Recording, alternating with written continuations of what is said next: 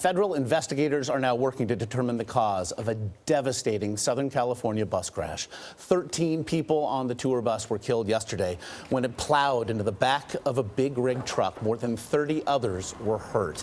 The pre-dawn crash happened on Interstate 10 near Palm Springs. The bus was returning to Los Angeles from a casino.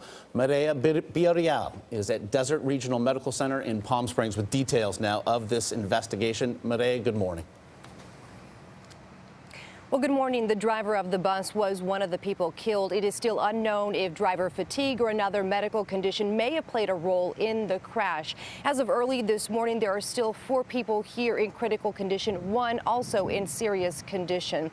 At this point, we know that the bus that was riding home was a third of the way to Los Angeles when the accident happened. Emergency responders dug through the mangled wreckage left behind Sunday.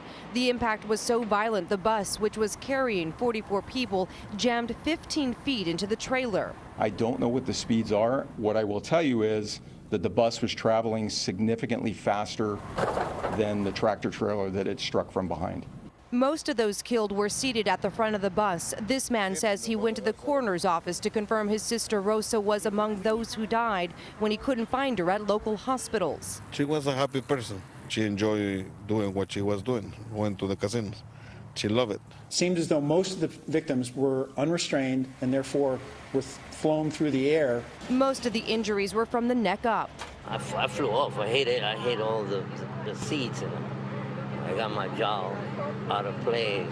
The driver of the big rig survived with minor injuries. This cell phone interview was shot by a taxi driver who says he picked him up from the hospital.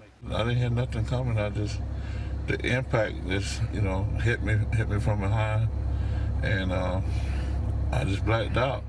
Government documents show the bus is owned by USA Holiday, a Los Angeles-based tour company. According to those records, it has no previous accidents, and its most recent inspection in April turned up no mechanical issues.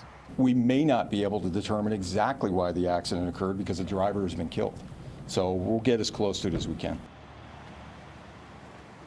The NTSB will be on hand today leading the investigation. Authorities are still trying to identify some of the victims, many of whom are Hispanic. But the challenge has been that a lot of the IDs that were found on scene were not valid IDs. We do know that some of the newer buses do have black box recording devices on board, but this was a bus that was manufactured in 1996, so there is still no word yet whether they have that kind of recording device on hand. Nora? What an awful accident, Mireya. Thank you so much.